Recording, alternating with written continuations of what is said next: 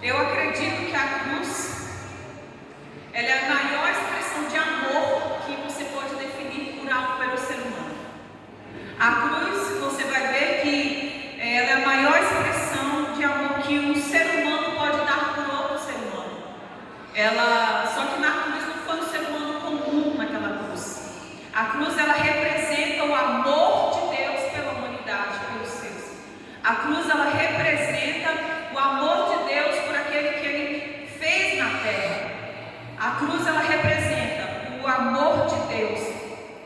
E eu acredito também que a cruz não foi um acidente de percurso na vida de Jesus e muito menos na nossa vida. A Bíblia, ela vai trazer de Gênesis a Apocalipse, né? A palavra do Senhor, ela foi escrita não com letra de fogo, mas com sangue. Porque todos os homens fracassaram tentando absorver e tentando ajudar o homem. Porém veio um na terra, um perfeito, um grande, que ele saiu da sua glória, se despiu da sua majestade para ensinar o homem na terra o que é amar, o que é servir, o que é se doar sem nada em troca, o que é fazer algo por alguém sem querer receber algo em troca. E muitas vezes nós somos pessoas intencionais. Eu sirvo alguém porque eu quero algo de alguém. Eu estou com alguém porque eu preciso de algo de alguém, mesmo que seja uma amizade. Nós temos uma intencionalidade por trás da amizade, porque são pessoas legais, são pessoas que nos acrescentam, são pessoas que têm o mesmo pensamento. Mas eu quero te falar que Jesus vem com uma intencionalidade de falar assim: olha, eu vou mostrar para você o que é o amor, eu venho te ensinar o que é amar, e eu venho servir sem você me dar nada em troca. E você vai ver ali nos evangelhos de Mateus, Lucas, Tiago, Marcos, Jesus nos ensinando. Você vai ver ele, quando ele, desde criança até os 12 anos, você só vê falando sobre os 12 anos que ele se perde no tempo. José e Maria perdem Jesus, depois encontram, e depois desse tempo você vai ver que Jesus começa a se mostrar, né, falar sobre o real motivo da sua vida na terra quando ele chega aos 30 anos de idade. E em 3 anos, o homem vive a grandeza de Jesus na terra. Você vai ver que em Mateus capítulo 6, Jesus falando assim, a Bíblia diz que Jesus vem ensinando, pregando e curando todos aqueles que vinham nele.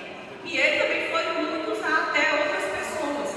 E a Bíblia vem me dizer que quando Jesus começou o seu ministério, ali em um casamento, fazendo milagre, transformando água em vinho, ele vem chamando os discípulos para fazer parte daquela caminhada com ele. E aí você vai ver que Jesus, ele vem pregando, falando do reino de Deus, que o reino de Deus não é material, que o reino de Deus não é o vestir, mas que o reino de Deus é implantado dentro do coração. Não se vê, mas se faz, não se toca, mas age, né? E aí ele vem ensinando, falando o maior propósito que ele tem. E eu vim não fazer a minha vontade, mas a vontade daquele que me enviou. E toda a glória que Jesus recebia, ele devolvia ao Pai. Ele vem ensinando. Você vai ver Jesus curando os enfermos de uma maneira espetacular. Você vai ver Jesus curando cegos, leprosos, vários leprosos. Ninguém tocava leproso, Jesus foi lá e tocou em leproso. Ninguém tocava em ninguém que estava morto, Jesus foi lá e tocou e ressuscitou. E não foi só um ou dois que ele ressuscitou. A Bíblia diz que além de ele ressuscitar, ele vem tirando as pessoas da mão de Satanás. Muitos endemoniados eram libertos naquela época. Você vai ver um tipo glorioso, grande, né? E agora ele está sendo a fama está sendo percorrida por toda a Judéia, por toda a Samaria, por Jerusalém. E a fama de Jesus começou a se perpetuar. E muitos conheciam ele como aquele que fazia grandes obras, né? Aquele talvez que poderia ser o Elias. Mas aí Jesus vem falando, não sou esse. Eu sou aquele que estava desde a fundação do tempo posto. Jesus já estava preparado. Deus já viu Jesus morto na cruz antes da fundação do tempo por causa de mim, por causa de você. E ele vem ensinando, pregando, ele vem curando, ele vem tirando as pessoas da mão de Satanás. Só que tem um determinado tempo, um determinado momento que é chamado dia mau, o dia ruim, chega na minha e chega na sua vida. Se não chegou, não se preocupa, vai chegar, tá? Perdão pela palavra, não estou trazendo uma notícia, mas estou trazendo a realidade. Vai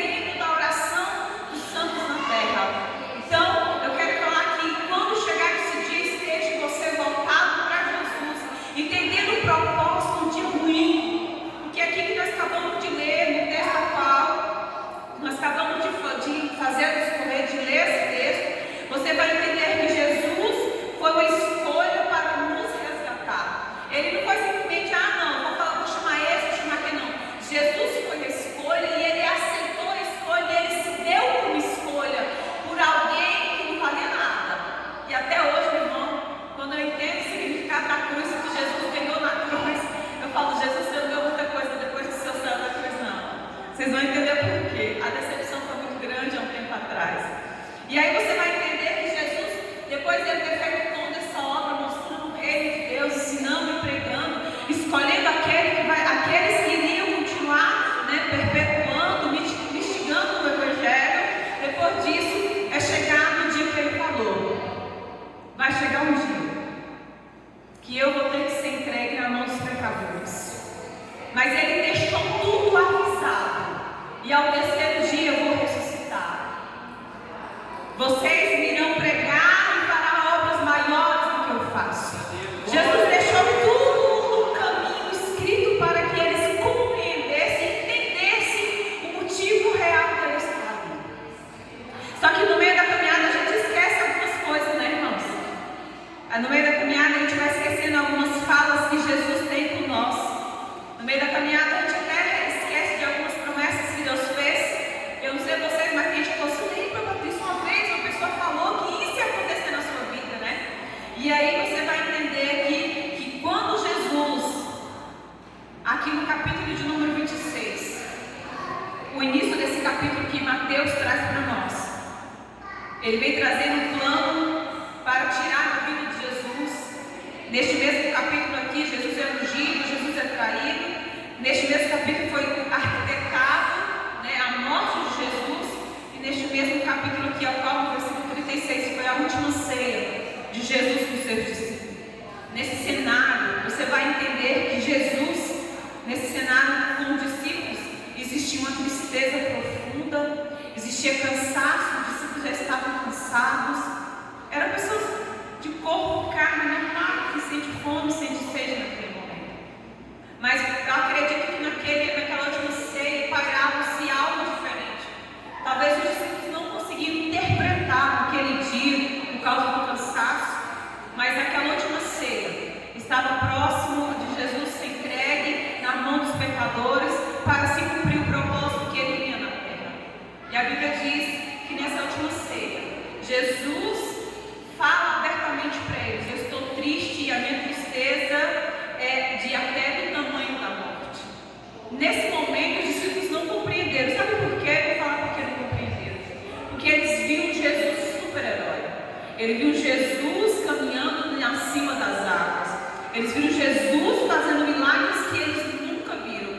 Todos esses discípulos aqui viram coisas extraordinárias que eles nunca tinham visto e nem ouvido de tal maneira como que Jesus fez. E eles provavelmente não compreenderam esse último dia que Jesus estava em comunhão com eles, que era uma ceia. A Bíblia vem nos dizer que quando Jesus terminou a ceia, que leva eles para o Getsemane, e quando chega ali, ele deixa alguns discípulos um pouco mais para trás e carrega 3 mais à frente com ele. E quando ele chega à frente com esses 3 discípulos, ele fala como está a sua alma. É muito lindo, tudo isso que eu falei, no ver Jesus grande, poderoso, né? Jesus que cura, que liberta, que salva. E eles viram isso não só em palavras, mas em ações. Só que agora eles estão vendo Jesus pedindo o quê? Falando assim: olha, Pedro, ora comigo um pouquinho, estou precisando de oração. Olha, João, se assente um pouquinho aqui e você vela junto comigo nesse momento mais triste da minha caminhada. Aí a Bíblia, nesse momento, sabe o que ele faz? Jesus deixa os 3 e vai mais à frente orar ao Pai. Quando ele vai à frente orar ao Pai, que ele se deleita diante de Deus, ele olha para o céu e vê Deus de costas para ele, e ele fala: Senhor, Pai, se for possível, passa de mim essa dor, esse cálice, essa cruz que está para mim. Aí tem uma vírgula, não é um ponto, e glória a Deus por ser uma vírgula, porque se Jesus tivesse só pregado, nós não seríamos salvos. Se Jesus tivesse vindo só como menino e andado na terra, curando, e nós não seríamos salvos. Se ele tivesse nesse exato momento desistido daquele momento que estava já posto, mas que essa possibilidade estava fora da agenda de Deus, nós não estaríamos hoje aqui congregando, ceando e falando que, representando, lembrando do que ele fez por nós naquela cruz do Calvário. Então, quando ele tem essa vírgula, ele acredita que ele viu o povo de Goiás, acredita que ele viu eu e você nesse momento ruim. E ele falou assim: se eu desistir, a Patrícia vai desistir. Se eu desistir,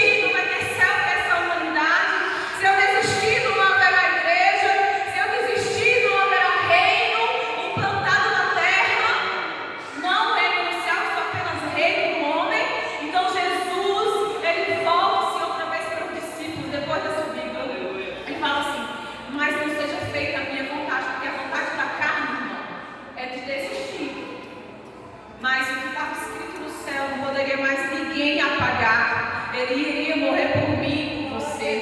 E nesse momento que ele ora ao Pai, ele chora. Você já chorou de desespero? Não quando alguém morre, não, porque esse aí é uma dor muito grande.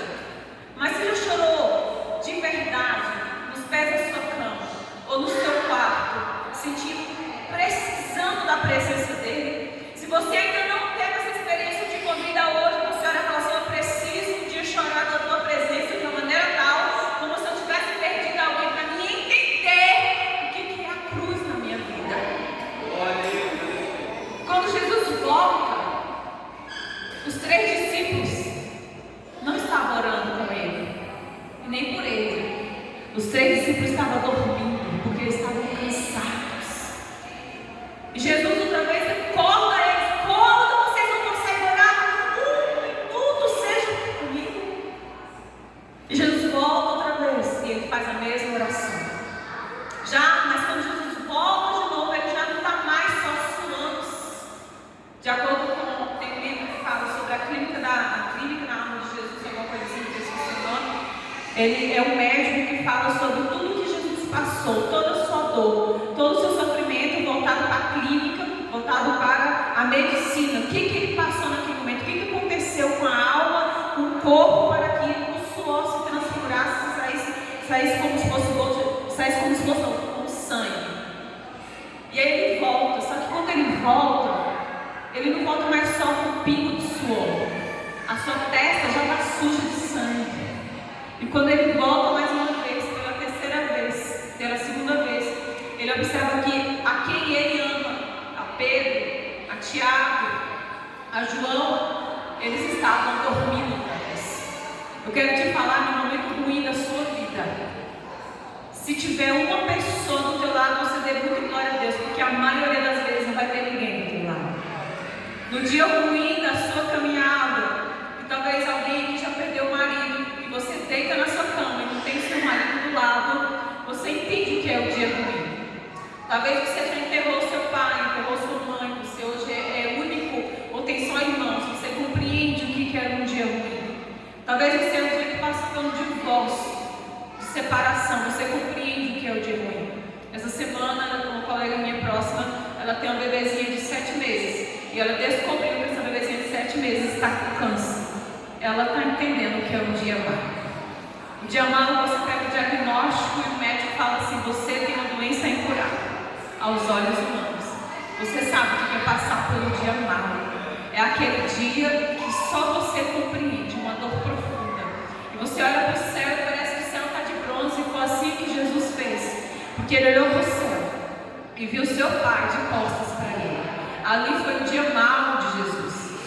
Jesus suou e sabia o que estava por vir. Não era por causa dos pregos, não era por causa da lança, mas sim por causa que ele entendeu que o Pai naquele momento tinha deixado ele. O Pai estava de costas. Pela primeira vez em toda a eternidade, Jesus estaria longe do seu Pai. Você sabe o que é isso, irmão? Você sabe o que é perder um filho? Você saber que nunca mais talvez você vai ver quem é mãe, quem é pai? Ou talvez você tenha uma pessoa que você ama e morreu, você sabe que nunca mais vai ver. A sua dor não se compara à dor de Jesus, sabia? Porque um dia você teve, um dia você estava lá, e a dor de Jesus era muito maior do que uma dor de uma simples perda. Porque nós sabemos que se morrer, vamos encontrar na glória. Jesus nunca tinha se afastado do Pai. E naquele momento Jesus se viu só, abandonado, deixado só pelos seus discípulos e abandonado pelo Pai. E quando ele volta pela terceira vez, que ele olha os discípulos, ele fala: ainda continuo dormindo. Agora ele fala: descansarmos, porque é chegada a minha hora. O pastor vai ser ferido e as ovelhas vão ser dispersadas. Interessante que antes disso ele olha para Pedro e fala assim: Pedro, antes de Galileu, 3 vezes você vai me negar.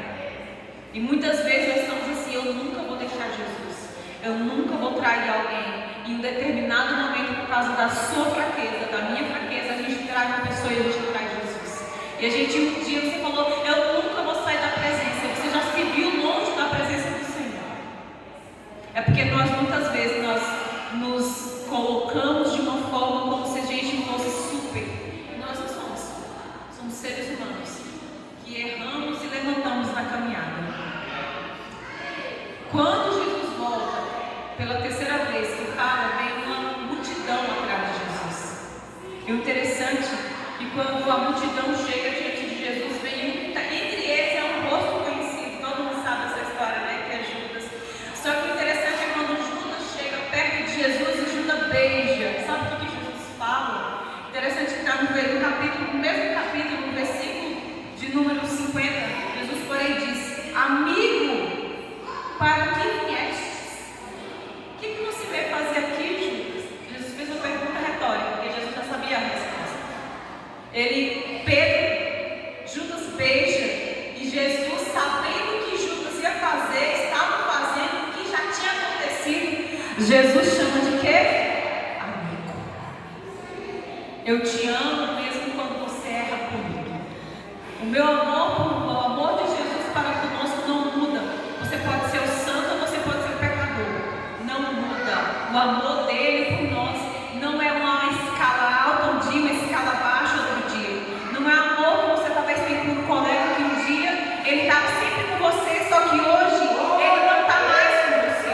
O amor de Jesus não depende do seu amor para com ele. E glória a Deus por isso, irmãos. Se fosse, nós estávamos ferrados. Desculpe pelo nome, mas é isso mesmo. Então, naquele momento ali, os discípulos se dispersam. Só que antes do discípulo se despertar, teve uma pessoa que falou que não quer negar Jesus, que é Pedro. E na hora que foram pegar Jesus, Pedro pega a sua espada e corta a orelha do soldado chamado Malco. E naquele momento ali, Jesus para. Eu não preciso da sua ajuda, não, com as palavras. E Jesus, naquele momento ali, mesmo momento de luta, já de tanto sofrimento, ele pega aquela orelha e coloca de novo no lugar. Eu fico imaginando o soldado. Quem é este homem? Que nesse exato momento, ele começa, eu pergunto, ele acabou de curar algo que foi cortado no meio, é um sinal na cabeça do homem, as ações de Jesus. E Jesus é preso. Pedro corre, João corre, André corre, todo mundo some, todo mundo desaparece. E eu acho interessante é que nesse momento, Jesus se encontra outra vez sozinho. Olhe para